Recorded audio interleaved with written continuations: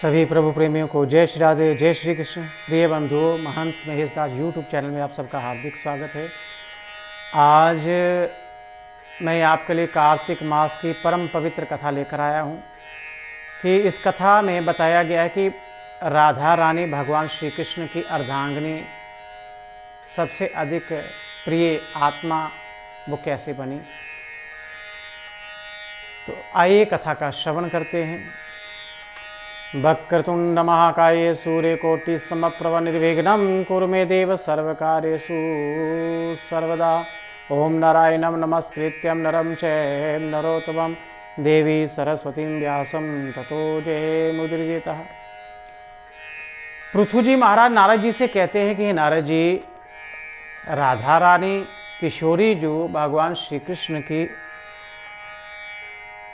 इतनी प्रिय क्यों है और कार्तिक मास में भगवान श्री कृष्ण के साथ में राधा रानी की पूजा क्यों होती है। तो नारद जी कहने लगे, मैं तुम्हें एक कथा सुनाता हूँ, श्रवण करो। पहले मनवंतर में पांचाल देश में प्राचीन बही नाम के एक राजा रहते थे। उन्होंने भगवान विष्णु के बहुत बड़े वो भक्त थे, तो उन्होंने भगवान के लिए एक बड़ा मणिमय से युक्त एक सुंदर मंदिर बनवाया। और उस मंदिर में, उस नगर में रहने वाली एक सुंदर स्त्री थी। वो मंदिर के भगवान की प्रतिमा के सामने नित्य नृत्य किया करती थी, भगवान को रिझाने के लिए, भगवान को प्रसन्न करने के लिए। तो उसकी जी आदत थी, एकादशी का व्रत करती और रात को भगवान के सामने वो नृत्य किया करती थी। तो एक दिन उसने भगवान श्री कृष्ण को प्राप्त करने के लिए, तो उसने कहा कि मुझे ये धन वैभव से क्या लेना देना। तो उसने अपने घर का जितना सामान था, जितना धन था, स्वर्ण इत्यादि था, वो सब बांट दिया। और मन में एक इच्छा रखी, क्या कि भगवान श्री कृष्ण ही मेरे पति हों। ना जाने वो समय कब आएगा कि भगवान श्री कृष्ण के गले में मैं बाहें डालकर उनके साथ नृत्य कर सकूं। तो ऐसा सोचते सोचते अचानक उसके प्राण निकल गए। तो वो अगले जन्म में स्वर्ग में चंद्रकीर्ति नाम वाली अप्सरा हुई। तो इस जन्म में भी उसे पूर्व जन्म की स्मृति थी। तो वो अप्सरा बनकर भी भगवान श्री कृष्ण को ही पति बनाने के लिए नृत्य किया करती थी।